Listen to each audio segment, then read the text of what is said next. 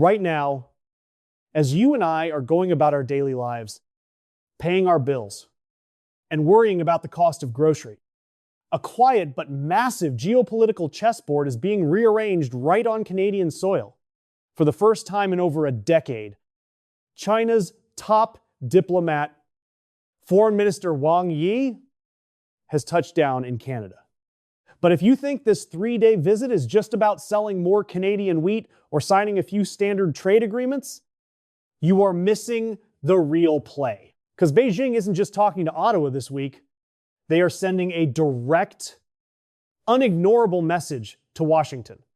And before this video ends, you will understand exactly how Canada is being used as the ultimate bargaining chip in a superpower showdown. And why your job, your privacy, and our national sovereignty are entirely caught in the crossfire. Think about the timing. We have all watched our diplomatic relationship with China completely break down over the last few years. We went from hopeful trade talks to deep freezes, fraught with tariffs, accusations, and a very uncomfortable global standoff. So why the sudden reset? Why is the Chinese foreign minister suddenly walking the halls in our capital? To understand this, we have to look at where our Prime Minister, Mark Carney, was exactly when this visit kicked off. He wasn't in Ottawa rolling out the red carpet.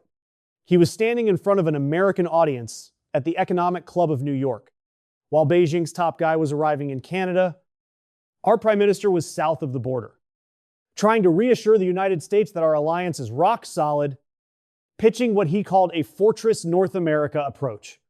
We are talking about deep, integrated partnerships in steel, aluminum, and most importantly, the auto sector. Now, hold that thought about the auto sector, because it is the exact same industry where we are quietly trying to figure out how to do more with China without infuriating the Americans. Does that sound like a risky game to you? It should. It is what diplomats call triangulation. But for the rest of us, it feels a lot like juggling dynamite. Imagine you run a local hardware store, and your biggest customer, the guy who buys 80% of your goods, suddenly starts fighting with your second biggest customer, who happens to supply all your cheap raw materials. You cannot afford to lose either of them, but they are forcing you to pick a side. That is Canada right now, but instead of hardware. We are talking about your livelihood. When our leaders talk about global economic imbalances, or China producing 40% of the world's goods while only consuming 16%, they aren't just throwing around fancy statistics. They are talking about the survival of Canadian manufacturing. If China floods our market with heavily subsidized goods, Canadian factories close, good-paying jobs vanish. Towns that rely on manufacturing dry up. But if we completely shut China out, we lose out on massive agricultural and energy exports. We need them to buy our resources, but we cannot let them hollow out our industries. So, the government's solution? A very quiet, very precarious balancing act. But here is the thing about walking a tightrope. One sudden gust of wind, and you are falling. And I am about to tell you about a massive gust of wind that just blew through the Taiwan Strait. One that almost nobody saw coming. Just weeks before Wang packed his bags for this historic trip to Canada, a Canadian military ship deliberately sailed right through the Strait of Taiwan. They did this fully knowing the severe warnings from President Xi's government. Beijing claims those waters, the West insists they are international. By sending our Navy right through that disputed channel, Canada was essentially poking the dragon right before inviting it over for dinner. Now, you might be asking yourself, why on earth would we do that? Why risk blowing up the very trade relationship we are trying to repair? Because in the ruthless world of geopolitics, if you do not show your teeth, you get eaten. If that transit had been kept a secret, it would have been useless. By making sure Beijing knew we were there, Ottawa was drawing a line in the sand. The message was clear. Our foreign policy regarding Taiwan will be written in Ottawa, not dictated by Beijing. We wanted to signal to the US, Japan, Australia, and the Philippines that Canada will not abandon our democratic allies or our principles just to secure a few lucrative export deals. It is a doctrine some are calling principled pragmatism. We want their investment. We want to sell them our energy, but we refuse to become dependent on them. But saying that in a speech in New York is easy. Implementing it when the Chinese foreign minister is sitting across the table from you, demanding answers, is a completely different reality. And right when you think things could not get more complicated, another emerging superpower decided to crash the party, bringing a whole new set of explosive problems right to our doorstep. Let me ask you this. How much of our national security are we willing to trade for economic growth? Because while we are heavily focused on China, India just sent their trade minister to Canada, flanked by a massive delegation of about 150 industry leaders. They are here looking to deepen business ties, sign deals, and expand their economic footprint in our country. On the surface, this sounds like exactly what we need. We want to diversify. We want to reduce our absolute reliance on the United States and avoid becoming too entangled with China. India seems like the perfect alternative market. But in the exact same week that these business leaders were shaking hands in our cities, a dark cloud of reality overshadowed the whole thing. Comments from the Indian High Commissioner surfaced, bringing up deep, unresolved disputes and casually reminding everyone of a recent explosive CSIS report. That report laid out in plain English that foreign actors, specifically China, India, Iran, and Russia, continue to engage in active foreign interference right here in Canada. They are targeting our democratic institution, compromising our security services, and intimidating Canadian citizens. This is not some spy movie happening overseas. This is happening in our communities. So, we are shaking hands with the trade minister on Monday and reading intelligence reports about their government's interference on Tuesday. It makes you wonder who is really holding the leverage here. Prime Minister Carney has stated he prefers to handle these difficult issues through private diplomacy.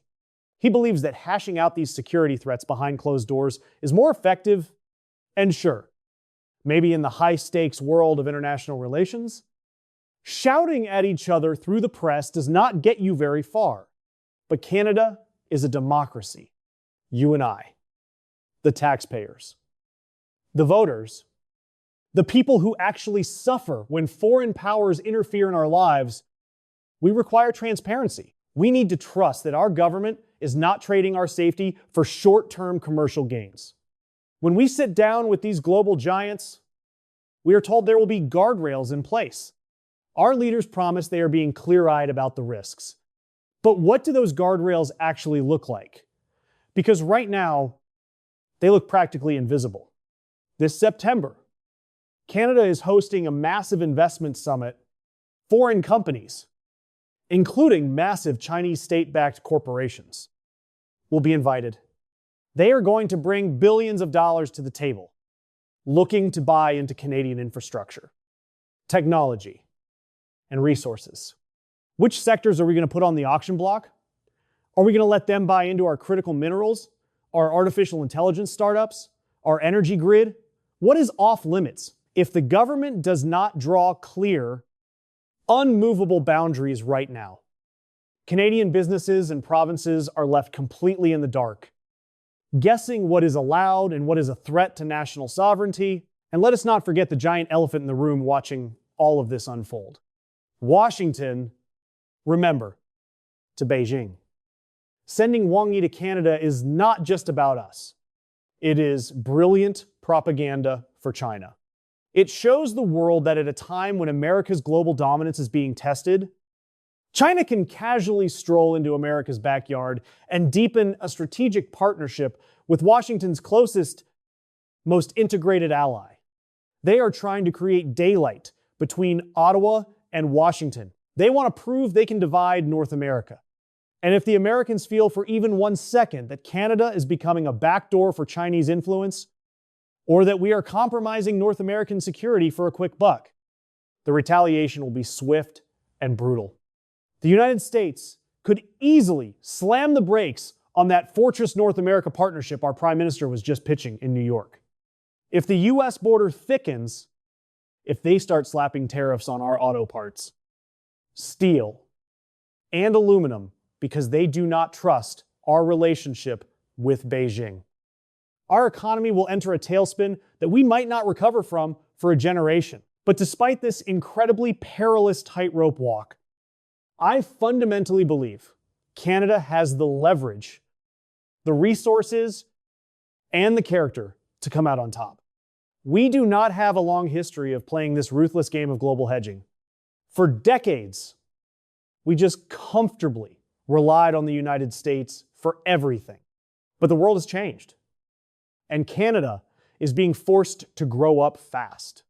We are a nation rich in the exact resources the 21st century desperately needs. We have the agriculture to feed the world, the critical minerals to power the green transition, and the energy to stabilize global markets. We do not need to bow to Beijing, and we do not need to be merely a junior partner to Washington. We have the power to chart our own course. The transit of our Navy through the Taiwan Strait proves that we still have a spine, that we are willing to stand up for our democratic values even when there is a massive paycheck on the line. We can engage in pragmatic trade without selling our soul. But to pull this off, our government needs to trust us. They need to bring these difficult conversations out of the back rooms and into the light. They need to clearly define those guardrails so every Canadian knows exactly what is for sale and what is strictly off limits. We are entering an era of immense global instability, but it is also an era of immense opportunity for Canada to finally assert itself as a sovereign, uncompromised economic powerhouse. The pieces on the chessboard are moving faster than ever, and Canada is no longer just a pawn. But I want to hear from you. Do you think our government is capable of walking this diplomatic tightrope?